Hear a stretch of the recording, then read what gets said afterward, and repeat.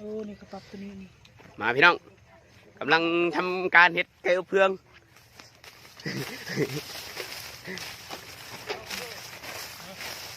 พี่น้อง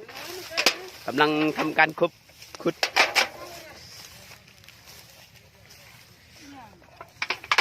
ทายล่างบ่พี่น้องมาเสียบไม้พี่น้องมาพี่น้องทำการไก่อบเพืองสิได้บ่ลองเฮ็ดตัวนี้ตักกล้องเฮาทีมงานเฮานี่ก็ได้โอ้บ่ไรเนาะบ่ไรเนาะบ่ไรข้าวยัง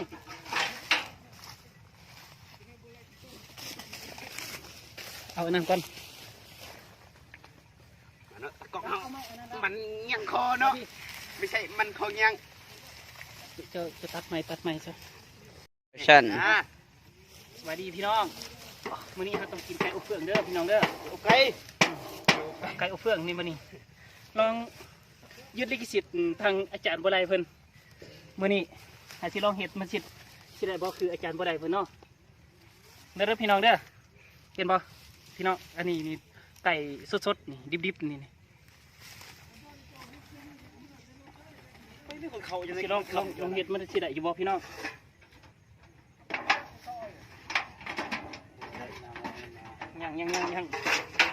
ยังทันได้เด้อพี่น้องเด้อบ่ได้นะจะเขาปนจอนบ่ข้าแนวจอนข้าสิตีก้อนเขาเจ้าอะไรอย่างนี้มุนมืดเลยพี่น้องเอ้ยตอนนี้กำลังลองเฮ็ดขีบไก่อบเฟืองเด้อพี่น้องเด้อต้องสิต้องลองตีคนอยู่พี่น้องพอดีพอได้อยู่พี่น้องเอ้ย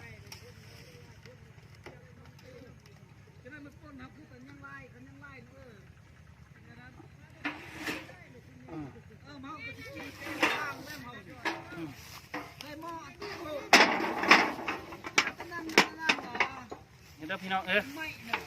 นี่แหละพี่น้องต้องลองสุดแล้วก็เอาเฟืองใส่เนาะให้ผู้จัดรายการดิจะผู้จัดรายการพระบริเฮ็ดนะมาเจ้าเน้นแห้งติดใส่อันนั้นเลยต้นอ้นตีพี่น้องเด้อลองเฮ็ดแบบนี้เนาะลองนำสูตรอาจารย์บัวไหลมาจากสารวันเมืองโคงเดี๋ยวนี้อยู่ท่าแตงแล้วบัดนี้ต้องเฮ็ดพี่น้องเด้อเงาะใหญ่ตะปุ่นดีกว่าเมื่อกี้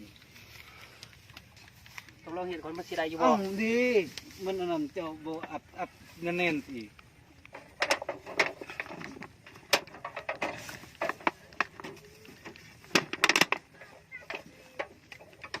มันโบในไผ่มันเข้าข้างในกดร้อนไปว่าพี่น้องเด้อวันนี้สละเวลาต้องเฮ็ดแน่นอนแต่เพื่อนตัวนี้นี่มันเอาขึ้นกันตีนเลยก็ลูกใจกับผู้บ่าวเด้เนาะ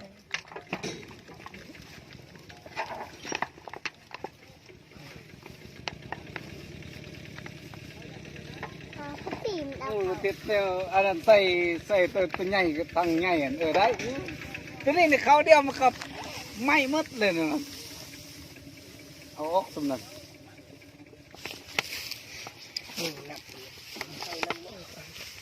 ที่มันที่แซ่บที่ทงนามาเด้อพี่น้องเด้อลองเห็ดนำสูตรอาจารย์บัวไหลเพิ่นมาชมอยู่บ่พี่น้องเอาเฟืองมาอีกยกไก่เขาปิ้งไก่เฟืองพ่อดอกซ้ำนี่เดี๋ยวมันจะเข้าเฟืองปิ้งไก่ให้รีบมันค่ะ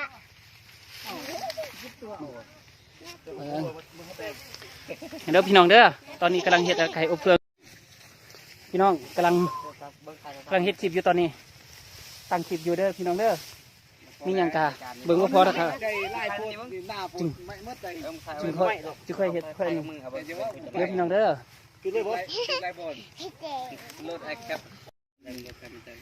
ตอนนี้นี่มีมือจูดเฟืองอยู่ตอนนี้นี่ คุก ใช่ปะ หา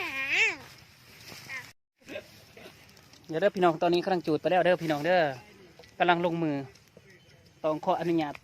ขอเอาโทษขออภัยเด้อทางอาจารย์บัวไลเพิ่นตอนนี้นะครับก็ยังเห็นว่าไก่อบเครื่องแล้วบัดนี้ถ้าลองนำสูตรของอาจารย์บัวไลมันจากไปเห็นทางคลิปมาเนี่ยผ่านมาเขาก็ต้องเบิ่งก่อนพี่น้อง ค เอ้ย ลิปเทคนิคก่อนจะน้อยได้คลิปมาเบิ่งกันไหมนะพี่น้องเนาะ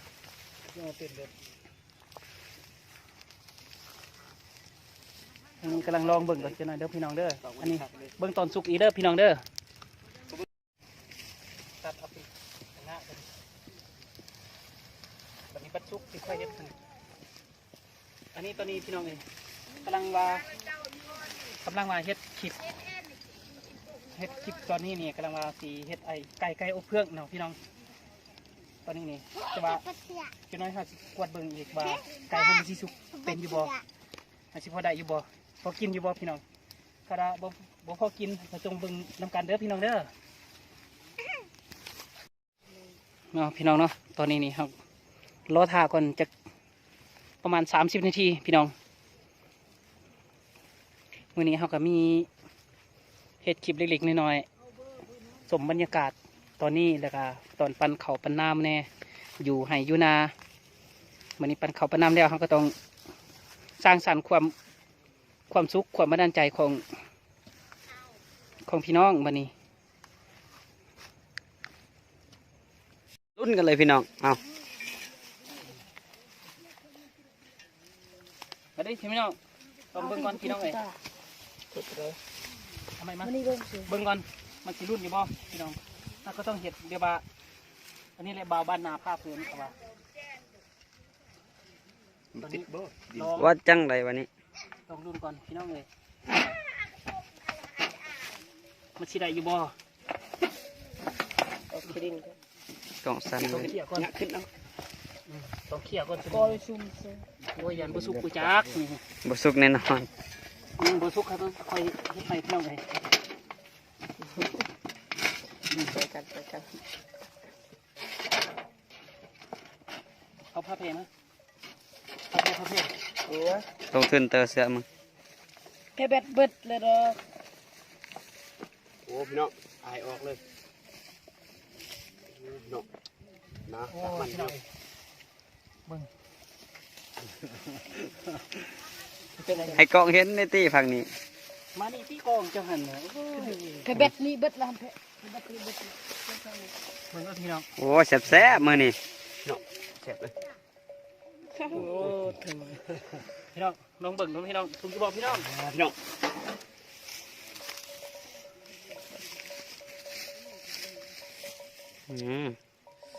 หอนๆเลยพี่น้อง เบิ่งพี่น้องเลยเบิ่งพี่น้องลองปีกมันก่อนเบิ่งพี่น้องเลยซีมก่อนมึงโอ้ปีกมัน ขึ้น ไม่ ท้าย แน่ ได้ นี่พี่น้องเลยได้พี่น้องสุกอยู่พี่น้องเอ้ยแต่ยังไม่ได้นอนพี่น้องมึงนี่บอกพอมันติดกับกระถางพี่น้องก็เลยว่ามันใหม่พี่น้องเลยเอามีดมาตัดไป ตะกองยาก็ได้ดิ ตะกองกะยากไปเลย เอามีดมาตัด มาพี่น้องว่าเนื้อข้างในสิสุกหรือบ่ น้ำมันเฮียเบิดเลยหัน ผู้จัดรายการถึงบอกก่อน สร้างยังหน่อยอ่ะ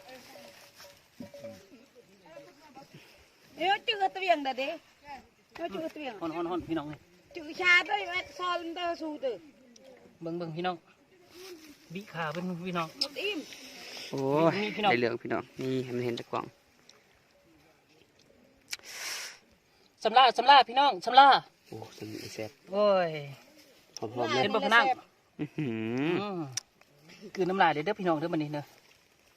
นี่น้ำเอียงนี่ ล้างเลย มาพี่น้องนี่เบิ่งนี่โอ้พี่น้องน้ำล้น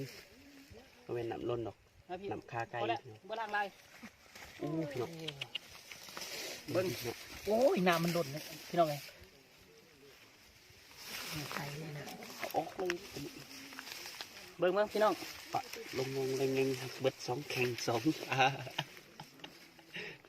เจ้าจะดึงทางยันค่อยๆตีดึงทางขึ้นมา นี่พี่น้อง พี่น้อง นี่สำหรับพี่น้อง เสร็จเลยสำนันนะบ่แม่นสำลา บุดึงขาดมาเอามาไหมพี่น้อง ตีนเอาไว้ก็ตีนเอง เจ้าจะดึงขานะดึงขาขึ้นมาก่อนอ่อยจากบาทจากใด ฮันสปีกมันนี่ เบิ้ง อืม พี่น้องเอยเห็นป่ะพี่น้องนี่ลองชิมก่อนเลยพี่น้องแซ่บหลายขอบใจเด้อทางอาจารย์บัวไหลเพิ่นเด้อเดี๋ยวนี้ในเพิ่นแนะนำให้ทาง YouTube ที่ผ่านมานะครับก็เลยเห็ดตัวจริงเดี๋ยวนี้นี่ครับก็ลองเห็ดกับมือตัวเองเลยพี่น้องเอยตัวนี้ลองแสบลองยิ้วเด้อพี่น้องเอยลองซิมเด้อพี่น้องเอ้าซิมพี่น้อง ตะกอกนี่แหละ เจ้าของกอง จิ้มยัง เฮ็ดสูตรมันถึกมันต้องซุกนะอย่าว่าต้องย่านก็เฮียนสูตรมันโดยเฉพาะอยู่แล้ว แบ่งกินพี่น้อง โอ้ยโอ้ ดีแซ่บพี่น้องหัวนี่ มันไปซุกทางในไหน คือว่าแล้ว ซุกเสียที่ไหนเอาจากไหนกินเลย กินเลยนะมีแก้วรู้แต่ดีบอกว่าสุกนี่ เดี๋ยวมาเลยคิดก่อนแน่นอนกินได้นะ บ่เกิน1,000 ไลค์ ก็ต้องอันนั้นก่อน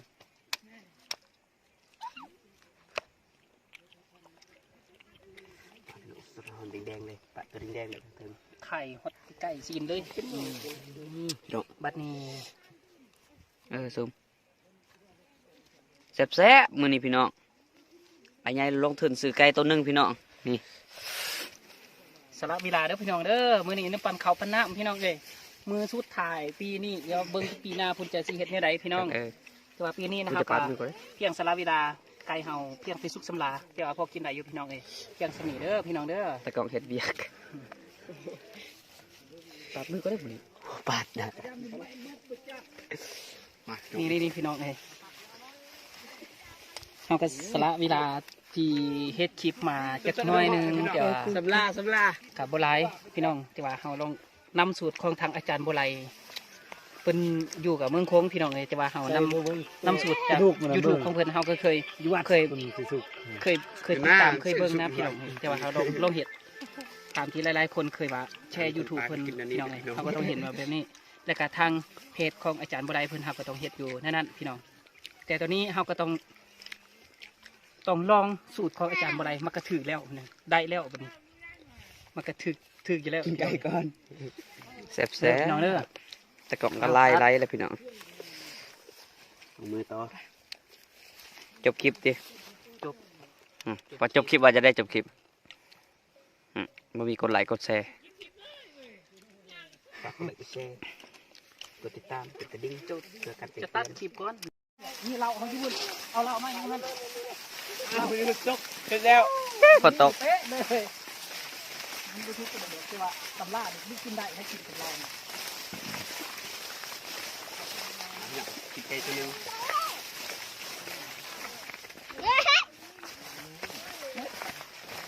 ข้าวเดียวเบิ้งฟิล์มเบิ้งโอ้ยกันโดนทุก เอาก็ว่า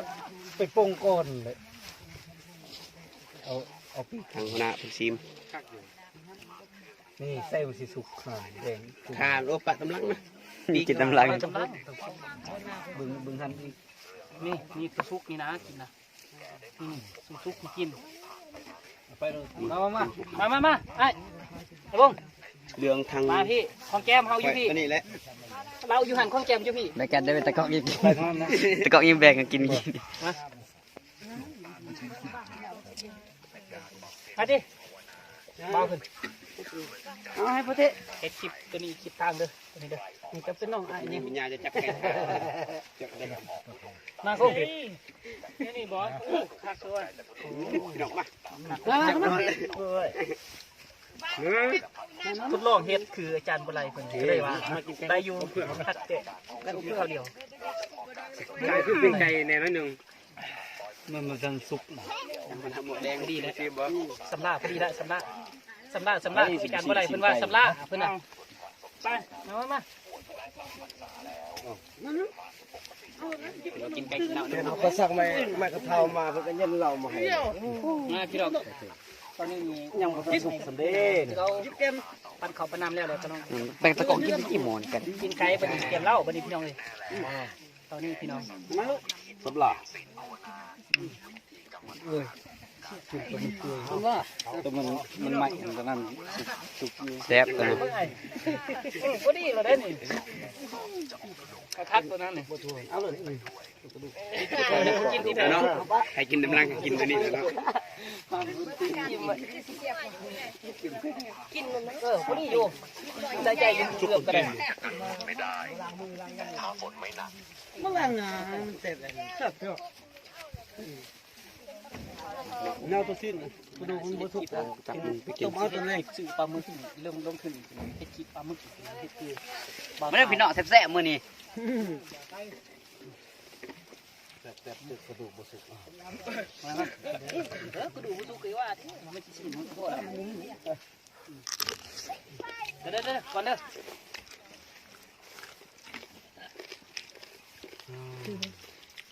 แกมเราก็กินทั้งนี้กินโปรตีน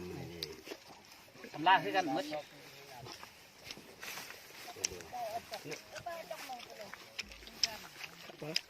แพงแหนมกล้องเตย ยำลาบวับวับ แซ่บมื้อนี้พี่น้อง แพงแบบคือยังไม่อยากบอก สิลงเฟซคอยลงเป็น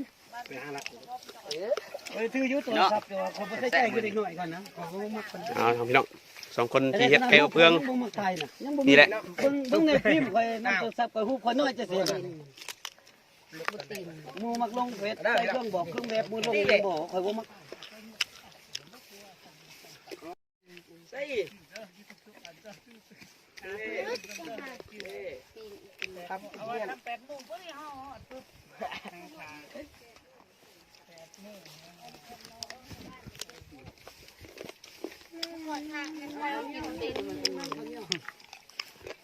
กินเราบุสุกจะปิ้งเอาไข่ก็มีมาตีนนี่จะบุกินเนาะ ก็ขอจบคลิปในเพียงเท่านี้พี่น้องจะได้กับฝากกดไลค์กดแชร์กดติดตามในเด้อพี่น้องอุตส่าห์ลงทุนไปซื้อไก่ตัวหนึงนี่ผู้ใดคอมเมนต์มาคอมเมนต์หนึงเนาะสิไปเฮ็ดไก่อบเฟืองให้กินอยู่เฮือนพี่น้องจะได้กับฝากกดไลค์กดแชร์นํมื้อนี้ก็สิกินไก่ก่อนจบ